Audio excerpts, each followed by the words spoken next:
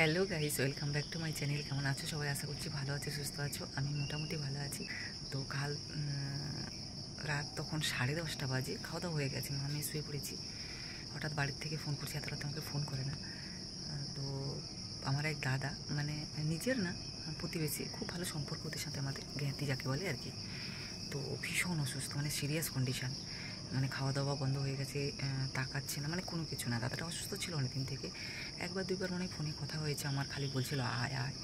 মানে ভাগ্য তো এরকমই, 4.5 বছর হয়ে গেছে, যেতেই পারিনি। আর এই মুহূর্তে যাবো যে তারও উপায় নেই, মেয়ের পরীক্ষা সামনে। আর কবে থেকে যাবো আর হয় না, বুঝেছি। তো ভাবছিলাম যে স্কুলটা মানে পরীক্ষাটা হয়ে গেলে তারপরেই যাব। তো কাল রাত্রে এরকম একটা খবর এসছে না, মানে কি বলবো, রাত্রে তো প্রচুর মন খারাপ, কান্নাকাটি করেছি। সকাল থেকে উঠেছি যে না, পুরো শরীর কাঁপছে। আমি যে ফোনটা ধরেছি, মানে আমি পুরো শরীর কাঁপছে, কী করবো না করবো ভেবেই পাচ্ছি না। তিনি বাবাইও জানে না। আর মানে খুব মন খারাপ করছে, মানুষটাকে কবে থেকে দেখি না। মানে এর আগে অনেকবার অসুস্থ হয়েছে, আবার ঠিক হয়ে গেছে, আমার সাথে কথাও বলেছে অনেকবার। কিন্তু কালের কন্ডিশন যেটা শুনলাম, খুব খুব খারাপ অবস্থা।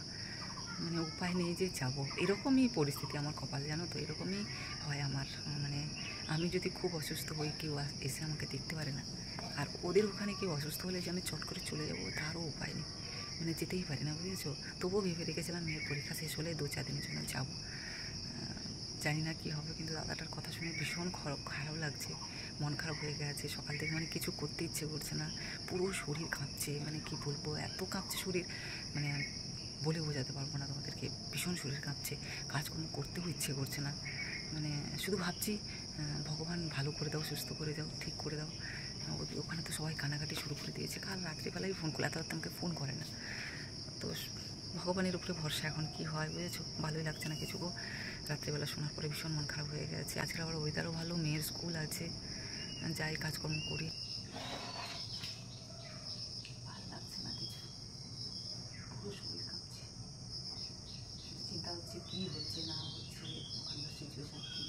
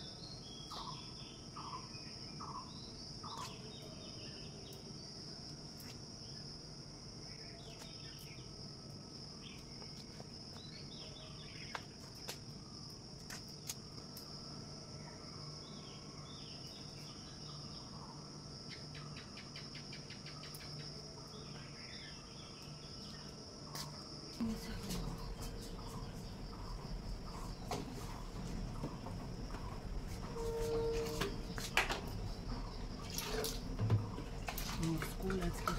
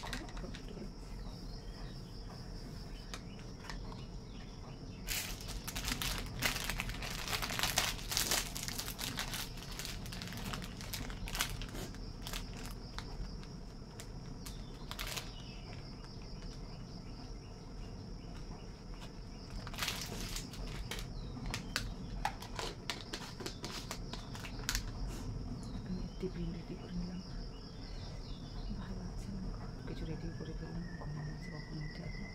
চলো, ভালো লাগছে না কথা বলতে, পুরো শরীর এখন পর্যন্ত কাঁপছে, খালি মনে হচ্ছে যে ওখানকার সিচুয়েশানটা কি, খুব খুব মন খারাপ করছে। মানে কাছে যদি হতাম হয়তো সংবাদ সাথে সাথে দৌড়ে যেতাম, অন্তত ওকে দেখে আসতে পারতাম,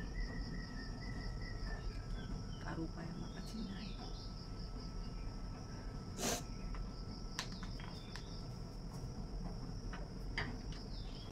দেখো, বলতে বলতে 3 দিশা না উঠে পড়েছে, স্কুলে যাবে, স্কুল খুলে গেছে না, স্কুলে যাবে।